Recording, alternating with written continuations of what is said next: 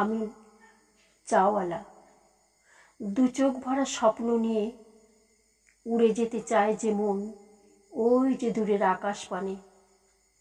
শুধু যোগ্যতাটুকু কাজে লাগিয়েও হলো না আজও আমার স্বপ্ন পূরণ। তাই বর্তমানে এখন আমি চাওয়ালা। হাই সেকেন্ডারি পাশ করার পরে অনেক বন্ধুরা গেল বাইরে পড়তে, আমি পারলাম না যেতে। আমার বাবার নেই যে টাকা, তাই ভর্তি হলাম সাধারণ কলেজে। ভালো রেজাল্ট নিয়ে বিএসসি পাশ করলাম। চাকরি চাকরি করে হন্যে হয়েও কোথাও মিলল না সাধারণ চাকরিও। কত জায়গায় ফর্ম ফিল আপ করলাম, তাই তো হলাম শুধুই বেকার। ব্যবসা যে করব তেমন টাকা ছিল না। বাবা করতেন জুট মিলে কাজ। বাবা অনেক আশা ছিল জীবনে একদিন আমি প্রতিষ্ঠিত হবই, কিন্তু বাবার হঠাৎ কঠিন অসুখ দেখা দিল। যেটুকু টাকা সঞ্চয় ছিল বাবার চিকিৎসাতে চলে গেল। তবু বাবাকে বাঁচাতে পারলাম না। মা কান্নায় ভেঙে পড়েছিল সেদিন। সব দায়িত্ব আমার মাথায় চাপল। বাবার শেষ কাজটুকু করার পরে আমরা যে কি খাবো সেটুকুও জোগাড় ছিল না। আত্মীয়রা সবাই একে একে কেটে পড়ল, কিন্তু আমাদের পাড়ার আমার স্কুলের এই বান্ধবী, যার সাথে আমি শৈশব কাটিয়েছি, সে আমার আর আমার মায়ের হাত ছাড়েনি। সেই আমাকে বুদ্ধি দিল, ভরসা দিল চায়ের ব্যবসা করার জন্য।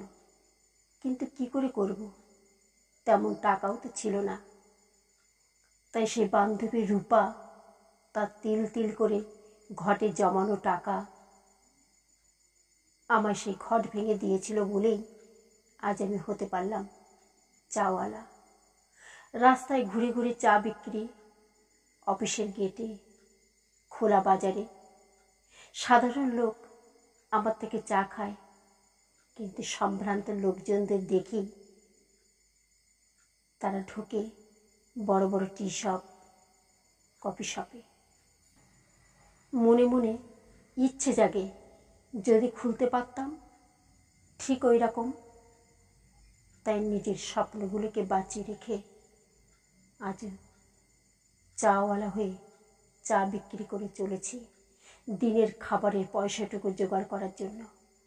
মা আমার উপর বড় ভরসা করে। রাত্রিবেলা ঘরে ঢুকলেই জানতে চায় কত হলো। যদি বলি মা কালকের থেকে 100 টাকা বেশি, মা মনে মনে ঠাকুরকে ডাকে আর বলে, ঠাকুর তুমি রক্ষা করো। মা আরও বলে, আমার ওষুধটা ফুরিয়ে গেছে, কালকে যদি আরেকটু টাকা বেশি হয় মনে করে ওষুধটা আনিস কিন্তু।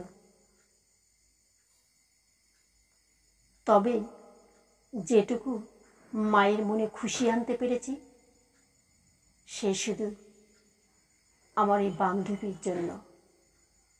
সে এখন আমার ভালো লাগার সঙ্গী। শুধু তারই সহযোগিতায় আজ আমি চাওয়ালা।